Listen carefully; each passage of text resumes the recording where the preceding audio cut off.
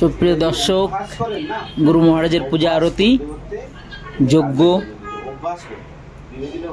গুরু মহারাজের এক ভক্ত বাড়িতে যজ্ঞ করছেন ব্রহ্মচারী পাঞ্চজন্য মহারাজ।